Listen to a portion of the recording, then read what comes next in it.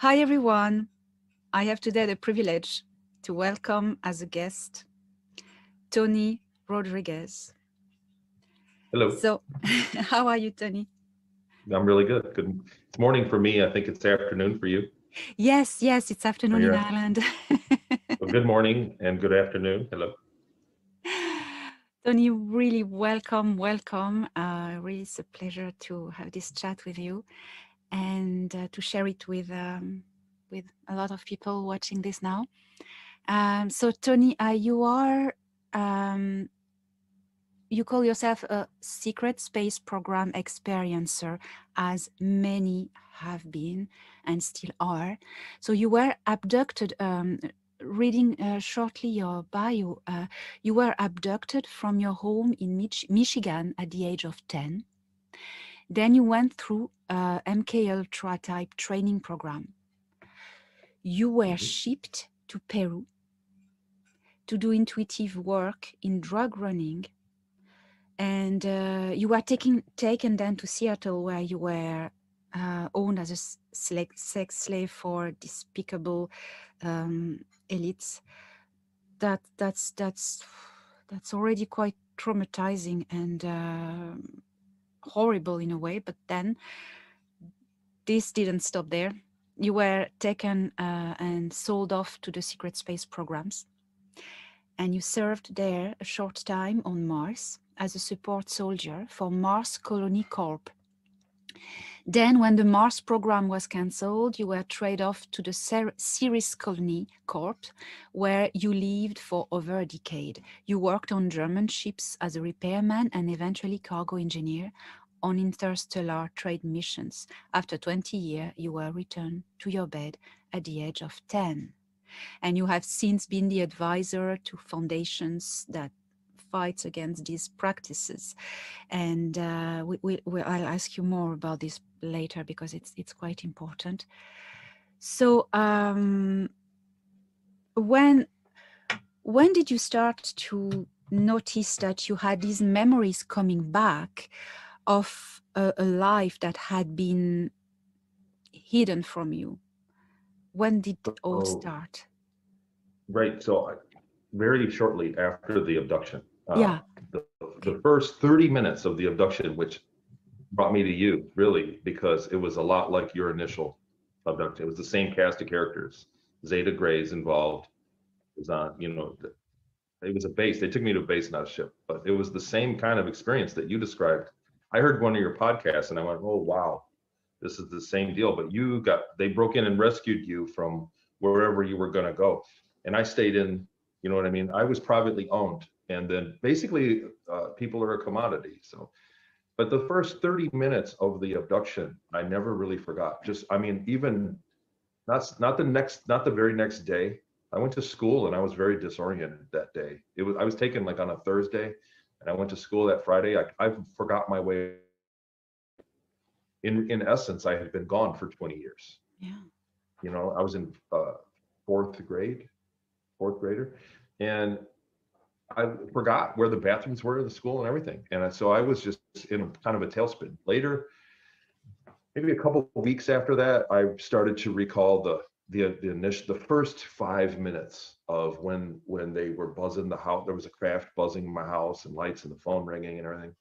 And then seeing a gray in my face, I never really forgot that the whole time. I knew that I was taken.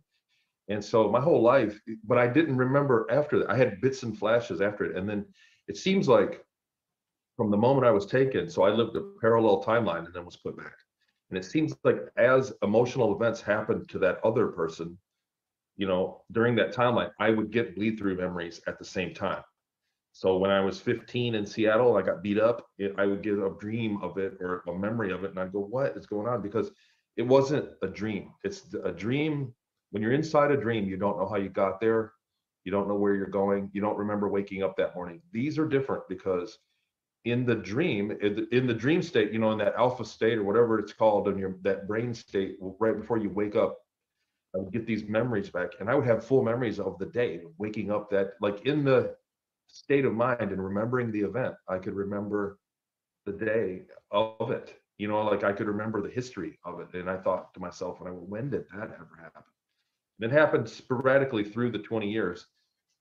In 2015, in late April of 2015, I got an MRI. I had headaches. I was getting bad headaches. I went to the doctor, and she said, "Oh, it's your back of your head." And she said, "Just to be safe, let's get an MRI." So I got an MRI scan of my head, and about 2 weeks later, I stumbled across Randy Kramer's account, and he explained that people are taken and they do 20 years and put back. He explained that. And I went, that's what happened. And, you know, and I thought, that's what happened to me. And once I entertained that, once I thought that all those little bullet point memories all along of, because I always dismissed them as dreams, because when could I have had a career on a spaceship? You know, like I had a career. It wasn't that I remember being on a spaceship. I remember being a work day, the whole work, you know, having work. You don't dream about other trades, you know, of other careers. And I went, oh my God, that's what happened to me. And once I accepted it, so I don't know if it was a combination of the MRI, whatever, but once I accepted it, it was like chunks of dreams, or not dreams, but chunks of memories came back all at once. Like, oh, wow, that happened. I went, that happened too. Oh my God. Then I began the research, started looking. I found the town in Peru. I know my way around. I have never been there. I know my way around. I went fishing around there. I lived there for a couple of years. I found the house in Seattle. And I did go there and freakishly knew my way around. I knew where all the candy was in the store, nearby store. I knew my way around the beach where the rocks were. I knew the house. I knew the quicker, better route to the house. You know, like these are things that I went, wow. And then at that point, I just needed help. I needed someone to talk to because I was freaking out. And so that was 2015, May, June of 2015 was when it happened. And I talked to a few researchers, did an interview, and then the rest is history. I've been doing interviews every weekend pretty much since. Yeah, what impresses me is that you never did hypnosis. So your memories are really pristine and really original. I mean, you never did any inquisitive hypnosis work to try to get them back. That's what is really unique with you. It just came back like this. And that's very impressive. But as I saw as I heard in other interviews you did, when you were brought back, the reptilian person, or I don't remember, a technician said, "Oh, that's your lucky day." Yes, right. Well, right. They knew that I was going to remember, so they have equipment. It's a broad spectrum of projects. So people are being taken by different ET contact all the time. They're very broad and not all on the same page. Different levels of technology, different experiences. So mine, they had the ability to look at probable futures. And when they were putting me back, after the 20 years, so I went from 10 to 20 years old to 30 years old, and then back into their process. And I was processed for a couple of weeks. I felt more like a month before they put me, whatever the process happened, to put me back to a 10-year-old body. And at that point, I forgot the 20 years. And I remembered my mom and dad and my place in Michigan. And I literally woke up and they asked me, "So what do you remember? Where were you yesterday?" You know, it was a test, it was like a reflex test. And I said, "I was home with my mom." "Are you going to put me, am I going home?" "No, I was right back to being the naive kid." And during that time, there was he had a long neck. He was like one of the paler whites, gray, looked like a gray, but he was a larger one. And he was sitting sideways in the background on a computer screen. He was looking at a screen and he was interfacing with it. And he goes, and they started laughing at me because the entire time before I had been put back to being 10 years old, I was combative. I was telling them, "I'm going to remember this." I called it out because I had seen psychics on Ceres that told me. I had visited a psychic that said, "You're going to remember all this. You're going to be the one that remembers." So on Ceres, so I was confident, and on the ship, on the flight back, there was 6 or 7 of us that came back on the flight to the moon to be reprocessed and go back into at the end of our 20 years. And one of the guys worked in the Outer Rim in a mine. He was a miner, and he said, "They can't do anything to you." And he was cursing at him. He was yelling at the pilot on the disc, and he was cursing at him. He said, "They can't do anything. It's by law. They got to get you back. What are they going to do? Put you in jail?" It's like they can't punish you. It's too late. You're gonna go. They only have so much time to get us right back to our bodies. So there's nothing they're gonna do. And so I joined in and was combative at that. And I had a lot of anger. So but so they laughed at me when I was a kid because I had been combative. They said, look, he forgot. And when I was that kid, like just at 10 years old, just a couple weeks before I was taken, my mom, who was an Episcopalian, very Christian woman, very religious woman at the time, explained to me about Jesus. If you believe in Jesus, you have faith. She gave me that talk. I was 10 years old. She gave me the talk about Christianity just like a week or 2 weeks before the event. So it's good. And she said, if you pray to Jesus and you believe it enough, he'll give it to you. If you have faith enough in Jesus, if you do. And I was livid because here I am standing, these are like to a 10-year-old kid that was into Star Wars and Star Trek and sci-fi, to be sitting in a laboratory somewhere with a bunch of extraterrestrials was like looking at Elvis. And I was very impressed at the time. And they were laughing at me and I got livid. And I said, I am going to remember. They said, you don't remember anything. I said, I am going to remember this. And I was mad. I remember like red in the face. And I said, in the name of Jesus, I'm going to remember this. Like I was, Urgh. And at that very moment, the white that was looking at the screen said, guys, knock it off. You're all in trouble now because he remembers. It split the timeline at that time. And he said, you guys are all, and he was like, stop it. And they all got quiet. And he's like, you're all going to get wrote up for this. And he said, now I got to take them. And I had to go through additional processes at that point. They took me to a completely different office. And I saw out there, they took me to an office that had a window and I was on the lunar surface. I was on the moon. And I went to an office and it was dark out, but I could see, in the distance, like crater, mountainous, hills. We were on the lunar surface and they put me through a completely another set of the trauma base. They were shocking me and it was trauma mind control, tried to make me forget. And they kept putting me through a process, and then they checked it was a chronovisor, and it was a machine that could look into probable futures, into my future. And they never got it to the point where they could safely say that, it's not a definite future. It's like 40% probability of a future, this future happening that you remember or not. And they had to get it down to a threshold of like 20 something percent, right? They had to get it to a small threshold and they never did. And so they said, and the reptile was security with me. And he said, if you don't help them, they're going to give you a lobotomy. If you don't do this, they're going to put you back and you're going to wake up tomorrow and be a mentally, you're going to be crippled.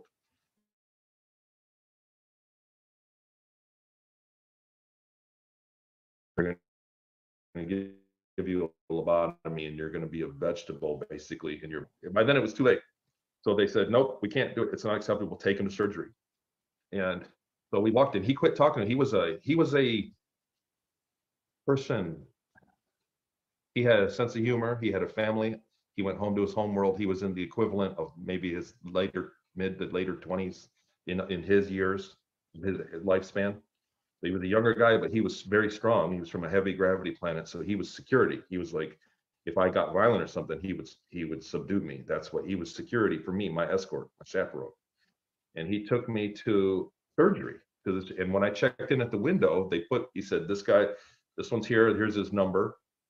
And they said, he doesn't have a record. His record's been erased. If I don't have his file, we can't do surgery on him. Just put him back. Because it doesn't matter if he said, well, he's going to remember the whole thing. He remembers. They know. And they said, well, he doesn't have a record. It doesn't matter if he remembers or not. He can't prove it. Nobody can prove anything. But what happened was, prior to that, I was on a mission for the Ceres colony, and my captain had the ability, who I was friends with, and we got along very good, the captain of the ship and me, even though I was a slave in engineering. But after meetings from time to time, we would talk. He had the opportunity, because of the clearance of the mission, to either put our records in a classified section or delete them. And he said he deleted my record because I had told him that I had been to the psychics and they told me that I was going to remember, and he knew that was going to be an issue in my return process. And so he looked out for me and deleted me. So that's how that all worked. And then I just went back, and the reptile goes, man, this is your lucky day. This is the luckiest day of your whole life right now. And he walked me right back to some teletransporter. And well, what it was is also, they could hit you, and I went into like a hypnotized state and walked from A to B. Like, I don't really remember walking through the halls, because while he was escorting me from one office to the next, they put you in a state, like a hypnotized state. And I was like catatonic. And he was like, put me in that state, and I woke up in my bed. That was the next thing. I woke up the next morning, and I woke up and I had stuffed animals, a couple, like a teddy bear and stuff, you know. And I looked at my room and I went, what? You know, like I was totally like lost. I couldn't believe it. And I walked down, I told my parents, I feel like I haven't, my sister, and we sat down and had breakfast. Got up and almost ran downstairs. And I told her, I haven't seen you guys in so long. And my sister said, shut up. You know, she was like, don't be stupid. We just had dinner last night. You know, she's like, God, you're dumb. But I had the experience of not being reunited with my family after. It wasn't, I didn't have the memories of it, but I had the feeling of the feeling of seeing, I gave my mom a big hug, you know, like I was like, just, anyhow, yeah, nobody interviews me and really jumps to the end of it, because that part's very vague, and there was actually quite a bit that happened in the last month that I was there. I was demoted. There was a lot that happened. So, but I had a career. What people that might not know my story, there's a huge infrastructure. There are many colonies. The Ceres Colony Corporation had over 200,000 people living inside Ceres in a network of towns, and it was very developed. A lot of them looked like European towns. They had a replica of a European town there, and they were from basically a German culture. They didn't claim to be completely German. It was like the culture, however it was back in the 1600s. They really were identified as, I don't know the name, but like from the 1600s is what they had battle scenes of the 30-year war on their money. They had money, and they had battle scenes of the 30-year war on the money, because in the 1600s, like cannons and horses, and they had sculptures of horses that were being put up that time in history, because it symbolized, they believed that the 30-year war was a war between humans and an ET influence, and they won. And they said that we won on horses. And so that was kind of like, and even they told other ET guests, there were times that we entertained guests there, and they're very proud of that story, that we beat you with swords and horses. And ET, you know, a spacefaring race was influencing Europe at the time. That's their version. So I don't know for sure, but that's the things that they talked about. And so yeah, that's because you it's true that you often tell as much details as you can of all the process that happened to you while you were serving as a slave, then more regular employee on the Dark Fleet. But there's all this peripheral world around. So you went first you were brought on the moon. That's really typical. People are brought on the moon, trained and explain what it's going to be, and then sent wherever, and mainly on Mars. So then you were sent on Mars. Yes. So yeah, so I was a teen at that time. So in the beginning, I spent, as you read, 5 or 6 years. It's not like they celebrated my birthday. So I didn't know, I didn't really have a solid lock on what time it was. I did live through the 80s twice on Earth. And for, I think, 5 or 6 years was Peru and Seattle that I'd gone. And then into space. Most interviews that I've done, people like to talk about, they want to know about Mars. And it eats up a lot of time. But really, in truth, I wasn't on Mars very long at all, 6 months maybe. And then into the Ceres colony. And the Ceres Colony Corp was an older colony than the places that I had been on Mars. Like the construction, like there was rust And a lot of the places, there were new places, they were always building, always expanding. They were mining and looking for pockets of water, and they'd get rid of the water and then open up the cavern, that whatever it is, and then build into it. And they were always expanding. So there were very modern looking places there with the train stops. But there were older places that were 60 years old already, 50, 60, 70 years old, and marble steps and marble columns, and but there was rust on a lot of the ceiling. They had enclosed ceilings. I don't know what it's called, but like the metal ceilings in gymnasiums, or like in a building that's like a gym, or like a metal ceiling, and they have the beams. They have like a metal beam that crisscrosses, and then it's got a waffle ceiling.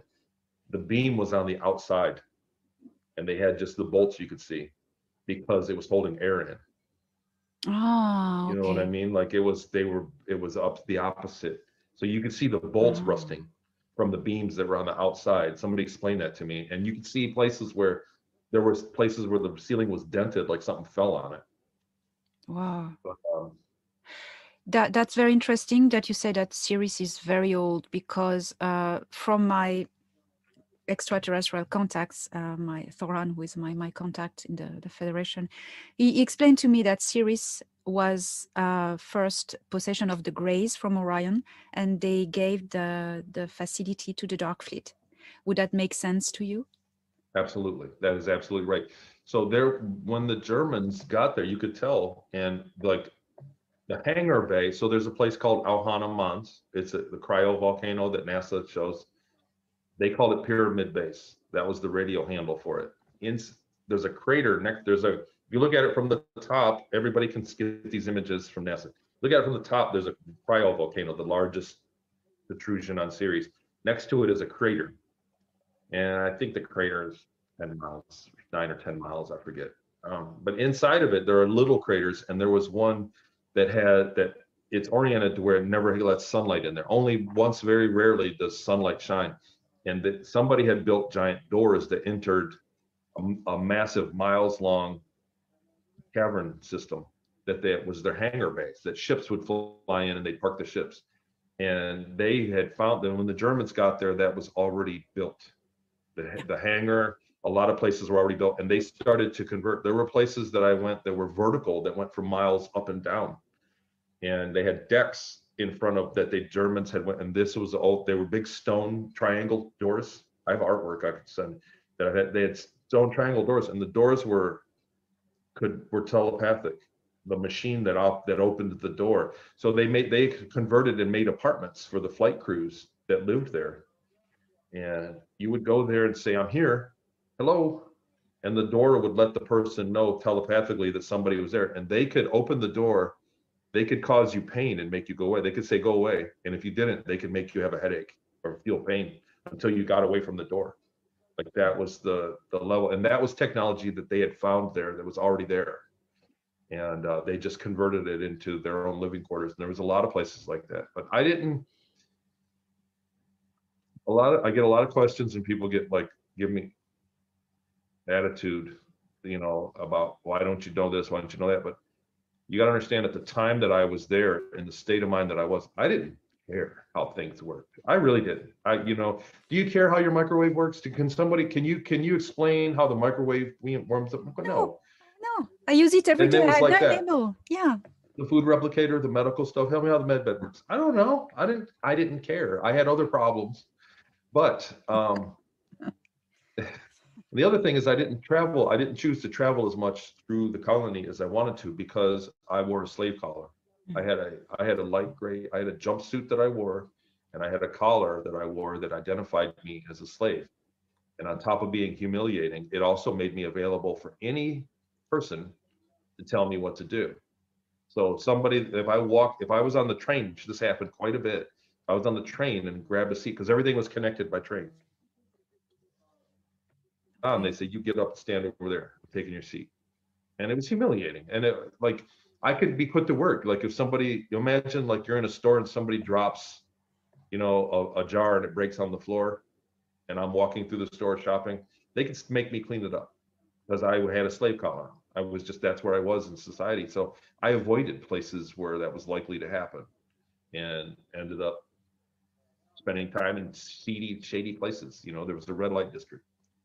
But I didn't want to go into public because the times that I did, half the time that I did, something like that happened where I was put to work or just kind of like abused, you know, so I avoided public back then. Yeah. But I mean, for you know, life is about where you go from where you start, right? So some people start out rich and it's a real triumph. Like some people start out with $1 million and become a billionaire, and it's a huge victory because they did it. Some people start out with nothing and get $1 million. I was a complete slave, and I got to the point where I had freedom and, you know, to walk around. I had, and people that worked under me. So for me, it was a long distance from where I started to where I went during that time, during that 20 years. I felt like I had accomplished it. And toward the end, I thought, man, if I could just have 5 more years here, if I could just do 5 more years, I could get a rank. I could get a number, you know what I mean? Like I could get a one. There's a ranking system, and I was below it. I wasn't even ranked as a military officer. I was below that, like a general, like a slave. But they had a rank for it. But just in a couple more years, if I would have got a stripe, I would have had a much better existence, and I was close to it. I was on track, put it that way. So I always thought I didn't want to go, and that I think that's another thing that happens with people that have fragmented memories. So I'm not unique in any way. Anybody watching this that thinks that it's rare for people to have gone through programs like this. It's rare. My circumstances were because I was sold from program to program. Most people go through and they're paid for 1 or 2 jobs. That's it. But it's not rare. It's not rare at all. And the people that I've talked to, that, you know, they get fragmented memories, and there's just so many people. It's just shocking how many people have contacted me. And, you know, it sounds like my story sounds so fantastical. But the thing is, what's weird about me is just I got my memories back. You know, like you said, I organically got my memories back, and I didn't get hypnosis for it. And so many people have gone through it and contacted me. It's just, it's mind blowing. And some of the things I hear are, you know, my story is one thing, but there are people that really experienced a lot of crazy things, or unbelievable things. The other thing is that fragmented memories come back blurry. You know, some people have, I'll call it blurriness. It's not a fair description, but some people remember one thing and they remember another thing. They remember one thing and they remember one thing. And if you don't have the context, then this thing at the end could be totally not what you think it is. You know what I mean? And a lot of people have that, and it's hard to put a stamp on it and say, you know, yeah, that sounds right, or no, that couldn't have happened, because so much is possible of happening. We live in a pretty ordinary world right now, but the truth is, reality is anything but ordinary. You know? Yes, the reality is really what you have been through and what many people have been through. And the illusion and the matrix, it's what we think is the normal world, which is not. It's just an illusion. We have been lied about our history, about what's really going on with the extraterrestrials and all the fleets in the solar system and beyond. We are, that's reality. But what we are lied upon, we are made believe that, well, it is or not real, and blah blah blah, and just go back to watching TV and be nice and behave, you know, and get, you know, that yeah people, you know, I okay, I had not thousands, just many questions to ask you about species, ETs. I'm going to ask you a few, but now I'm just listening to you and thinking about, that sounds to me like something like destiny. Like your story stands out from many other stories of 20 and back people, because you were meant to remember, to tell, and to tell this, and not only to help, because you are telling your story, you let your story be known, and but then what's that for then? Okay, that's your story, but then What are you doing with it? What are you meant to do with it? Why? What is the purpose of you going through all this? And you are now from this helping other people. There are so many people who come to you who've been through that, and because you remember without any hypnosis or whatever, just remember straight, you are able to help so many. And well, I want to talk about that at the end of the interview, but we can talk about it now. You when we go on your website, we see you have a recall course. What is that about? So okay, after I got my memories, wanted more.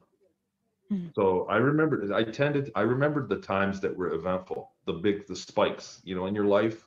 You look back and say, what you done for 20 years? You remember the highlights, the vacation, the weddings you went to, the birthday parties, or the bad things, the car crash, the fist fight. You remember those things first.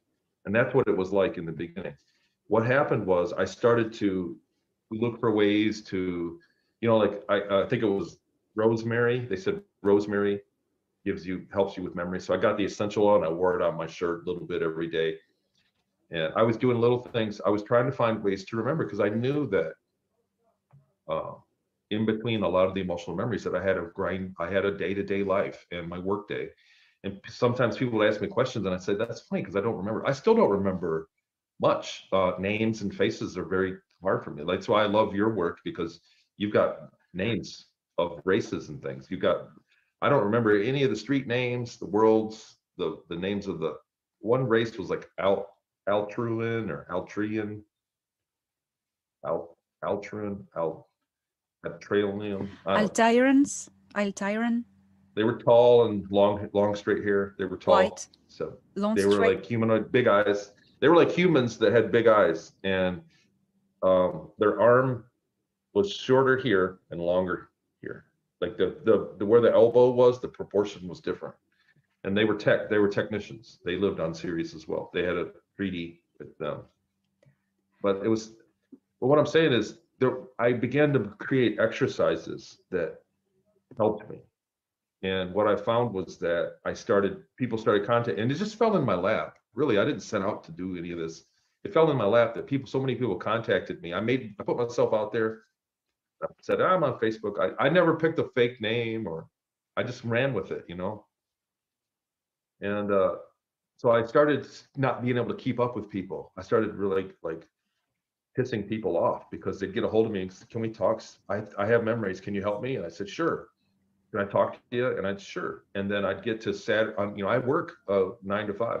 And then so I'd set it for the weekends, and the weekend would come and I'd get all this stuff and I just couldn't keep up. And people were like, screw you then, man. And so Jackie, who set up, she was the website person, and she's my co-host. And she's been great. She's been really done a lot of heavy lifting. I'm more of a floodlight of a existence, and she's more of a laser beam. She can concentrate. So she set up the website. She helped, and she does courses for people on psychic things. And she said, we can do a course. And I did. I didn't want to price it to where it's like hyper expensive, just to cover the cost of having it and make a little bit of money. It's not a lot of money. But I just wanted to have it available. And the course is, really, I'm going to redesign it and add another module, because what I found is that I think a lot of the hypnoregression is just detrimental. I think people see our information and they go, whoa, I could have been taken for a long time. That makes sense. And they go, well, they got 5 memories. They got these memories, and they go, that doesn't make any sense. And I remember seeing a craft when I was young. I remember seeing grays. And that's it. And so they jump right into hypnosis, hypnoregression. Boom. They go, that's the first thing they go to. And during the regression, because they only have so many unsorted memories, the regressionist has to connect dots. And once that happens in a hypnotic state, that's how it's going to be forever. And hey, my light keeps changing, but it's daylight here coming through. But once they do that, I think that the regression, I don't want to bag on hypnoregression. I'm not saying don't do it. I'm saying that people need to have a base of their memories. There's things they can do before the regression to have a framework. Yeah. and then go in and find a better regression as somebody that's familiar with this kind of experience, or whatever experience it is. We're talking about memories that have been erased by something, and amnesia, basically. And so you have to have a framework of memories. These are keystones. Memories are keystones. You know, when you talk to somebody and ask them about a past event that they've forgotten, you say, you know, Elena, what was your 25th birthday? Your 21st birthday. It's a big one in America because you can drink.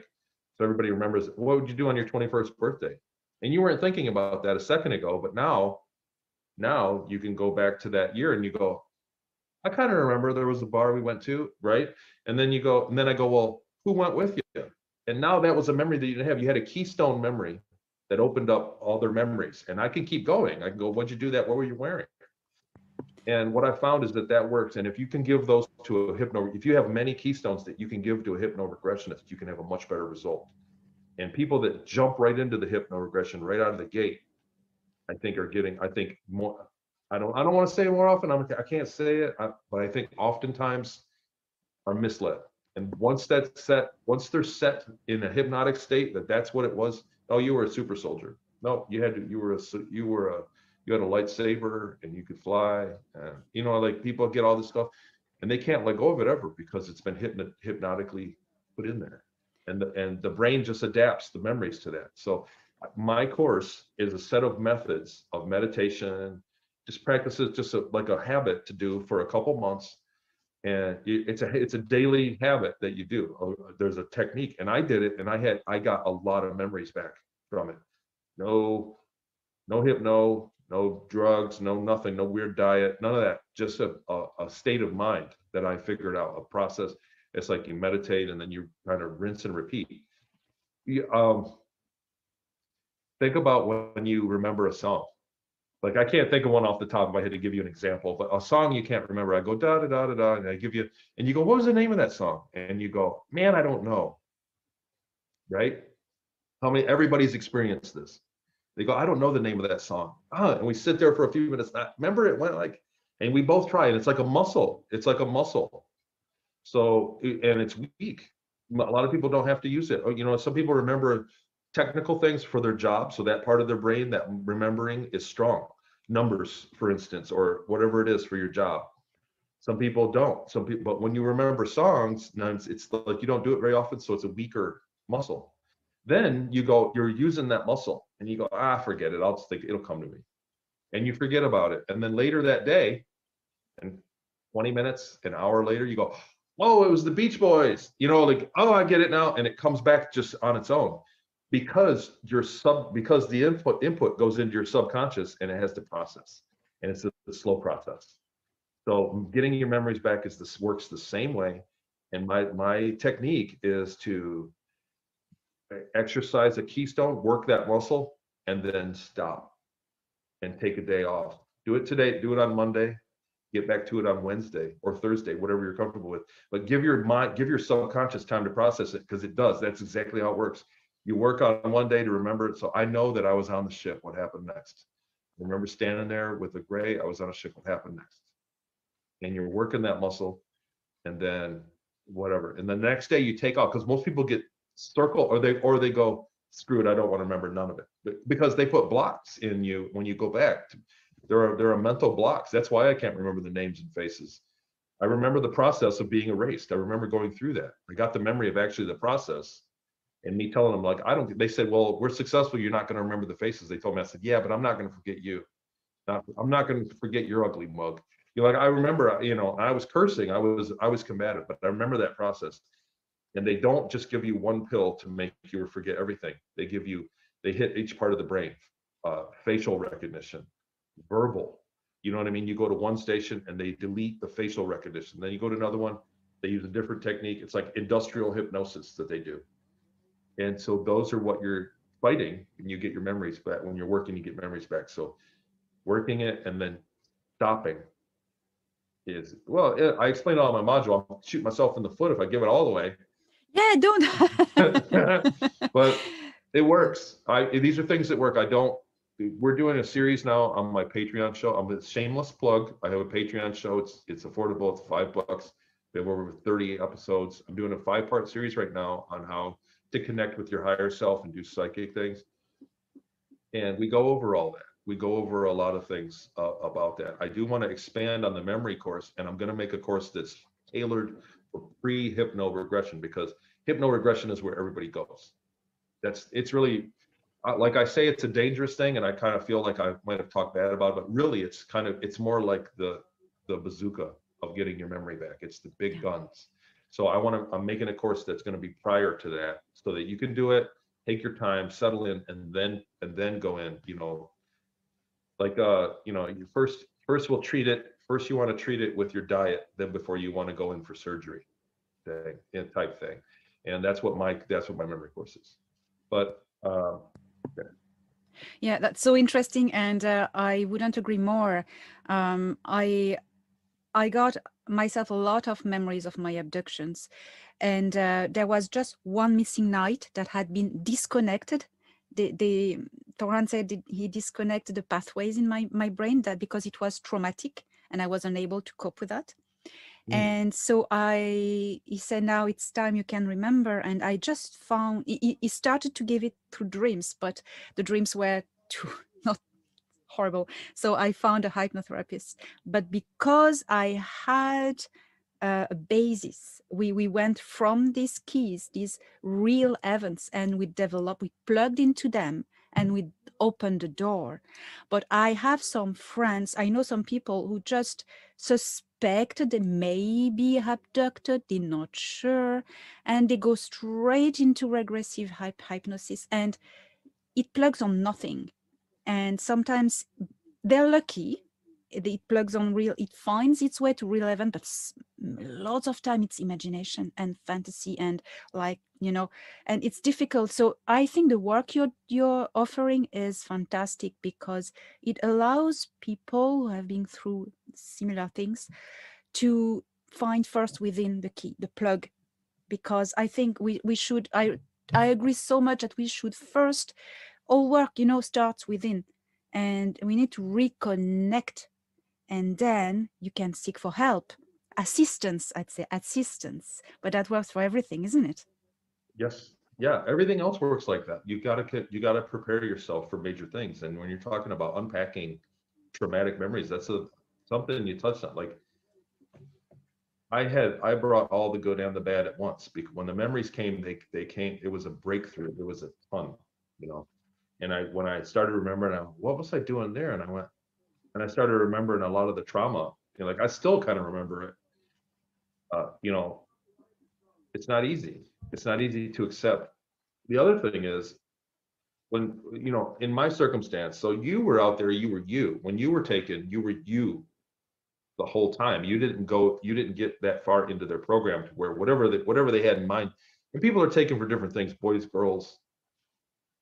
But in my circumstance, where I was taken and then used for labor, I was programmed, mind controlled. So I was the same, I was me, and I had the same, intelligence and personality and everything, but I was a completely different person. I was not the same person.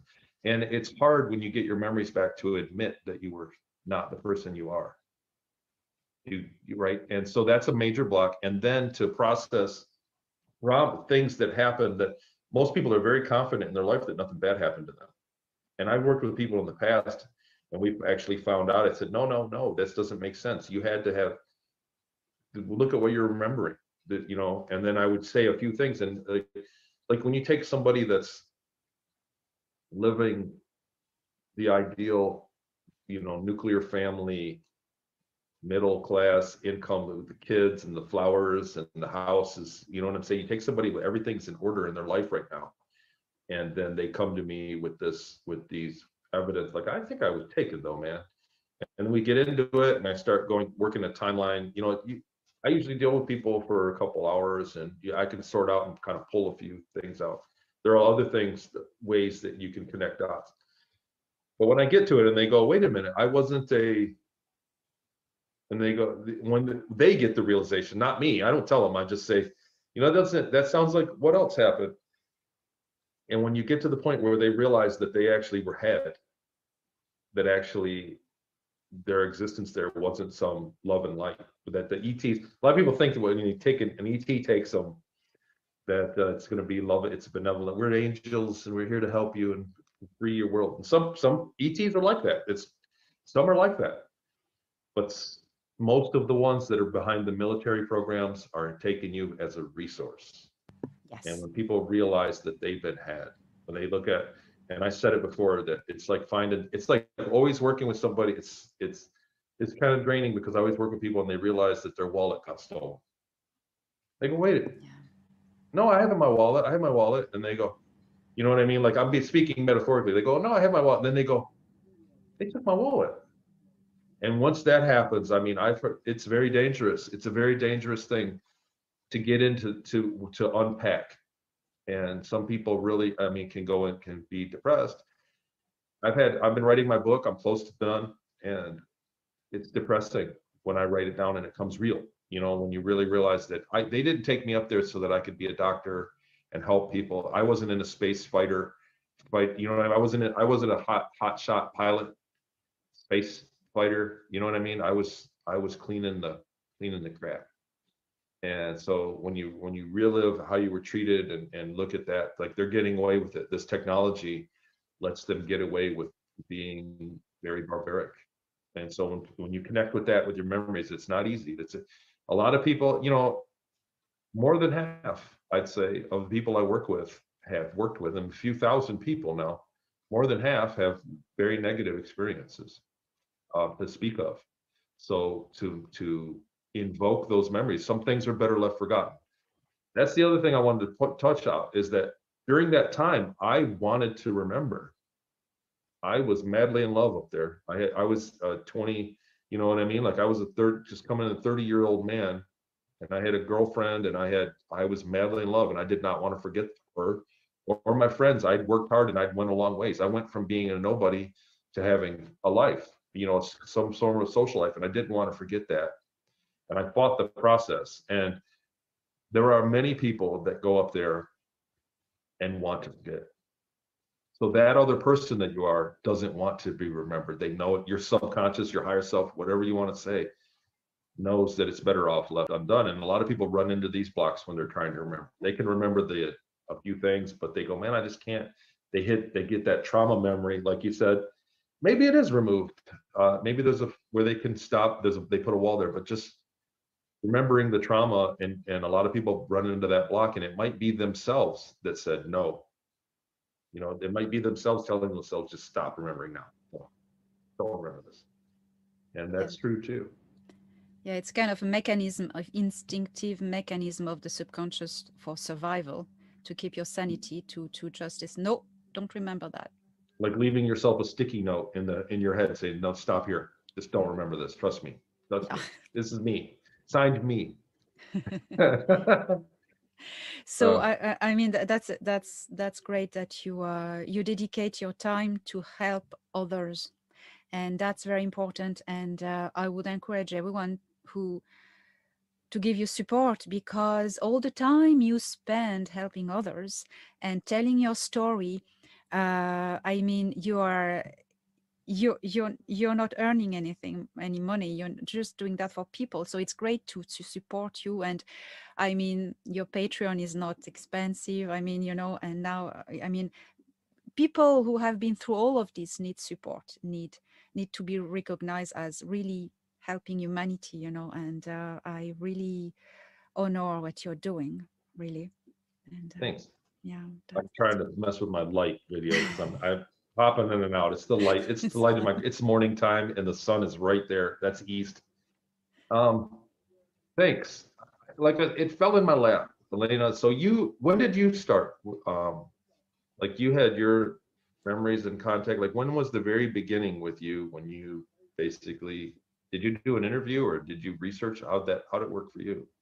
Well, I had always these memories of being on the Pleiadian ship, and meeting these Nordic beings who are very friendly, and sometimes they would beam into my bedroom, and but then there was always this bad taste of something else that had happened, and I couldn't face looking any pictures of small grays on internet. It would freak me out. And I left it there. And in 2018, well, my Nordic friends, Pleiadians, they from the Federation, they contacted me again because they had been silent for a few years. And they took me on board the ship and they said, now it's time you remember because things are going to happen and you'll need to remember. And that's when something was activated. They activated my memory back about my abduction by Gray's night. And I start to have dreams. And it was in 2018. So it was quite fresh, you know, that's how it started. Yeah. And well, you've come a long way in a short time then, because you're at the forefront of the community right now, which is awesome because it's good. You're giving hopeful news, and we talked about this before. So there is hope, always hope. Yeah, I give news, and it turns out that they're hopeful. So it's yeah.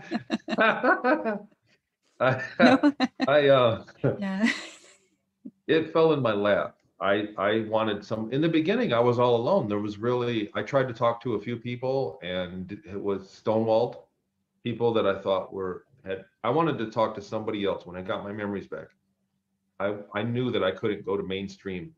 I thought, man, I need counseling. It was so hard to, I know. I knew if I went to a counselor, I was just going to get medicated. They were going to medicate me. And I wasn't up for that. I knew if I got professional help, there's no way they were going to give me any kind of a fair shake. So I got a hold of researchers and I talked to people online. And then I thought I was going to talk to other people that may have experienced it, but instead they were like, come on my show and do an interview. And so I did, and it kind of blew up. At that point, it was too late, you know. The other thing is I didn't want to take it to the grave with me. There's no way I could have remembered all the things that I remembered and not tell anybody. No, I think, yeah. I think it's very precious. It's destiny. You were destined. Maybe you chose as a life contract. I don't know. I don't know if they believe in these things, but I've had people tell me there's no way you could have suffered that badly and not had a say in it. And I've also been asked, so I believe in that. I believe in reincarnation. Reincarnate. We do life. We exist beyond our body. We're greater than our body, and you come back or go elsewhere. And I believe that. Somebody asked me, why can this kind of stuff exist for us? Why can this kind of traumatic behavior exist? And I said, you know, what does it do to your soul? And I said, it does absolutely nothing to your soul, because what are you, 100 years out of a million? What's 100 years of, you get what I mean? Like, it's like going to the dentist. You go in for one day, you're in discomfort out of your whole life, out of 100 years. So it's the same thing for the soul. Like for me to suffer for 80 years to learn and try to help us out, try to push us into a disclosure, for me to suffer is really, you know, when you're talking about an eternal soul, it's really not that long. It's really not that big of a deal. It's a day of discomfort. And so I like to look at it like that, because I tell you what, it was. It was very discomfortable. There were many, and to be fair, there was a blend, just like anything, just like anybody that does an undesirable job, there are good days. There are times when you had a great day, you had fun. And so I had suffered a lot and was mistreated a lot during the many years in the beginning, but towards the end, I got good at what I did and I got some respect. And so I don't want to say it was a good experience, but it turned into a palatable existence. You know, it turned palatable at the end. It was unpalatable for the whole time. I was very mentally broken, emotionally broken person during the, 16, 17 years of my existence it was very unpalatable. And I wouldn't, it was inhumane. But it became palatable because I earned it. Because I got to the point where I was skilled. I was worth something. It was like a military existence. So I got to the point where I was skilled enough to where I was treated with some respect. And so, there's always a silver lining, even if it's a shred. Yeah, absolutely. I have before we finish. I Oh, yeah, have the all the time. Yeah. yes.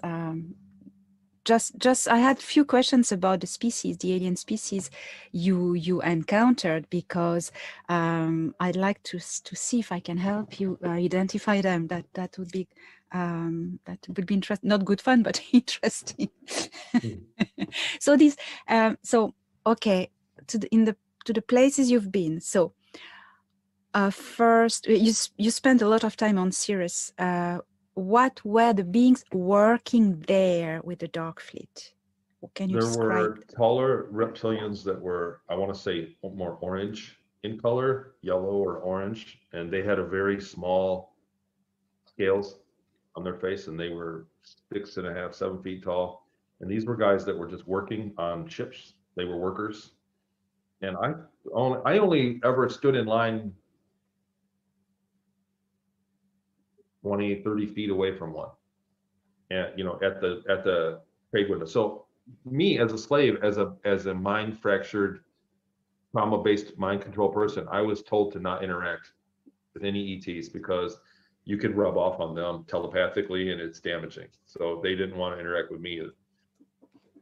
But I stood in line next to some of the taller reptiles, and I thought they were beautiful. Really, I thought, wow, what an amazing life form. When I looked at it, I went, wow.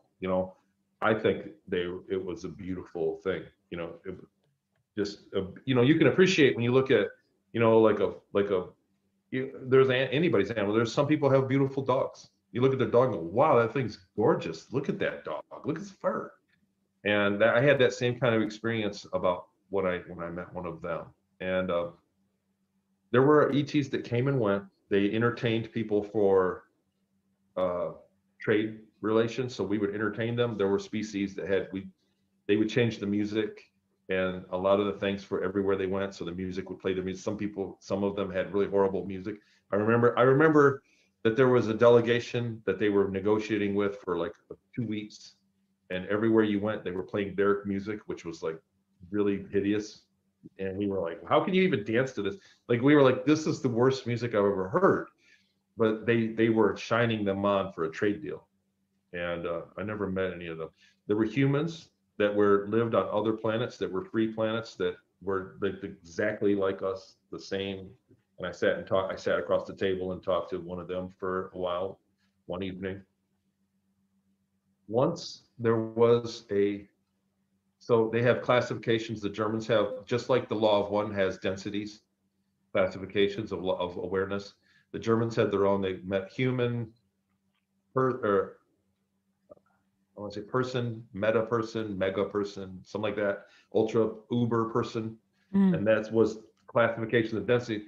So you weren't supposed to talk to one, but and we were told that over a certain density, they never interacted with the Germans because they were slavers. But one visited and was there for a pharmaceutical trade. They were specializing in pharmaceuticals and trading with other species.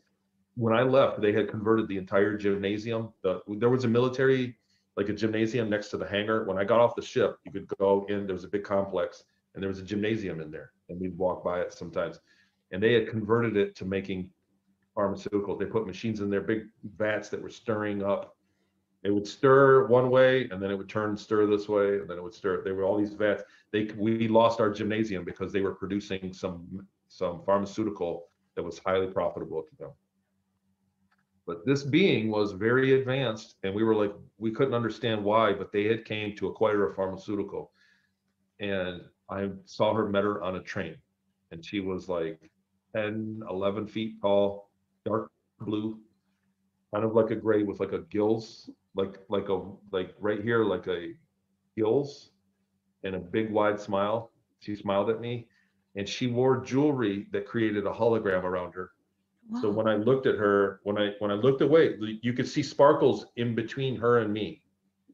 It was a jewelry. And it made a 3D hologram of sparkles around her. When you looked at her, you could see sparkles all around me and her. And when I looked away, they disappeared. It was a form, and she had a silky white, very, very fine looking white dress, like more like a flowing dress, and she had to lay sideways on the train because it was like a 9-foot tall ceiling. So she took up 2 seats and laid sideways. And when I walked on the train. I was like one of only 3 or 4 people at the stop. And when I walked out, I looked at it, and it was like seeing a unicorn. And I thought she could help me. She's got the kind of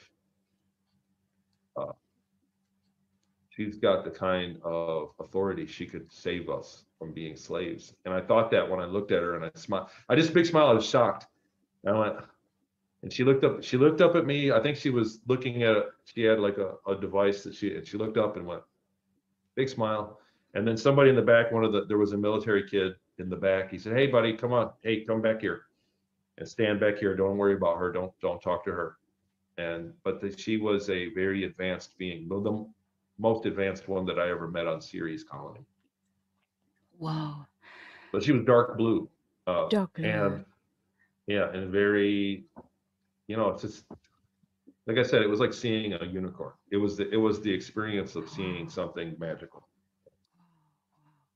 The other ones that were there were tall. They had kind of beady, small eyes and a big kind of a head, and they had hair and curly hair, and they came down and they had wide hips, and they were like 9 feet tall, and were like people, but they were low gravity. Everywhere that they went, the local gravity of their area would adjust to them. They were comfortable in lesser gravity than what we are. They're from a low gravity planet. And they tended to be the shop owners. They managed most of the shops, if not all of them. So I don't know their name. The dark blue skin, beautiful being. I haven't been shown this species. Of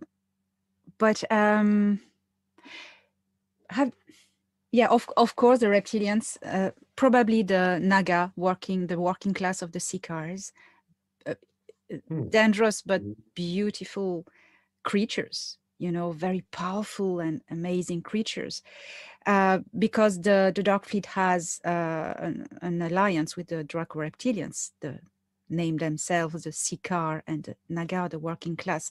So I would say totally, and they're orange or red, the working class and warrior class. Some have stripes. Yeah, some have stripes. Naga. Yeah, Naga. Have you met these beings? So they are white, tall white, and they can have this gray type shape or humanoid with long hair. So not a female one, but like the tall whites were in every time that I went to the moon base, the trapezoid base. I interacted with them. Also on Mars, it didn't look quite like that. But there was a tall white. They were like teachers. So when I went to be trained, it was an automated teaching process. They basically plugged you into a screen and they showed you movies and tested you. And there was always one of those there that was kind of like ran the academic area. In Mars, when I retrained to be a ship maintenance, and on the moon, soldier program for the support soldier program was a tall white, but not the females. Like I don't remember seeing a female one. These would be the Keely Tokert. The Keely Tokert are really involved were really involved with the moon. I know they are part of the Orion group, although they're not from Orion, and they've been very active in the Cabal and all the stuff on Earth, and they were very present in the agreements, the Greada Treaty, the Keely Tokert, and they have triangular ships, and they are involved in the Area 51 as well. So they're very arrogant. Oh yes, that's it. Oh my gosh, if you watch the interview I did of Stephen Chow, who worked in Area 51, he says arrogant, and they are very super arrogant. The ones that I dealt with. Yeah, that's them. I tested for aptitude. So when I lost one job, after the soldier program was canceled, they took me to Mars, and it looked like it was a very nice. It looked like a modern college, like a computer lab in a college. And I would go there, and first they did aptitude tests. So they tested to see what job I would be ideal for.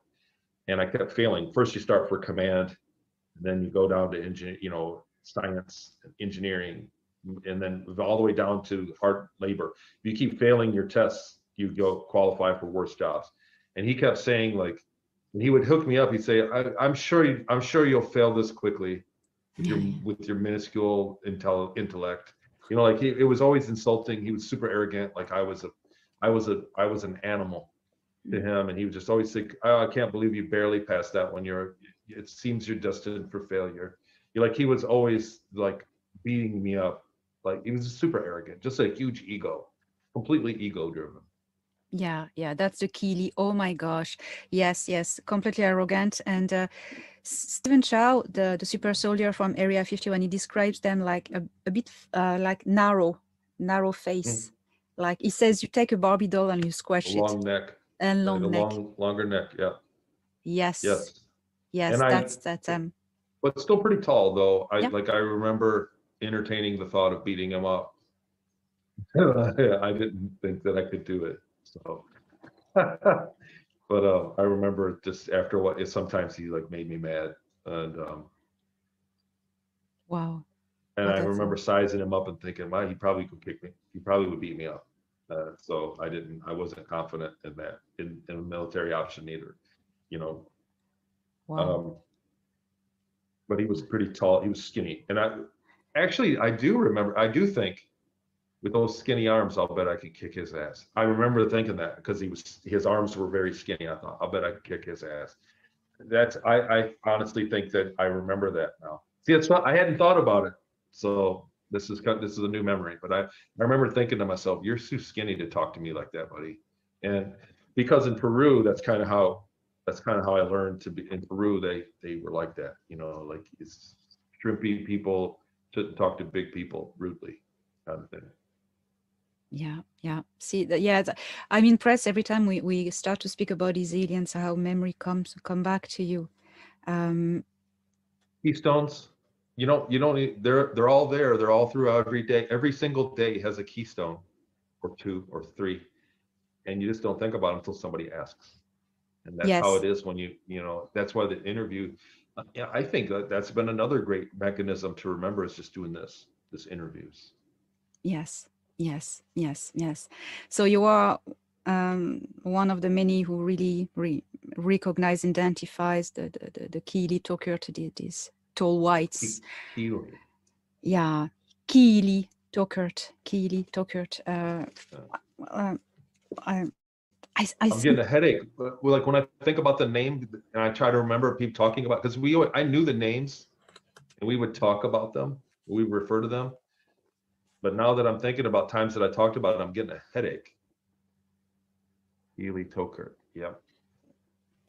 And they have these triangular ships that have been copied by the U.S. Air Force. And the Dark Fleet, obviously. And they use this dark triangle. Yeah, they do all the abductions. Yes. So it's funny, you have physical triggers. Yeah, or maybe it's too much caffeine, I don't know. I always try to be positive. So many people come. I hate to be skeptical when.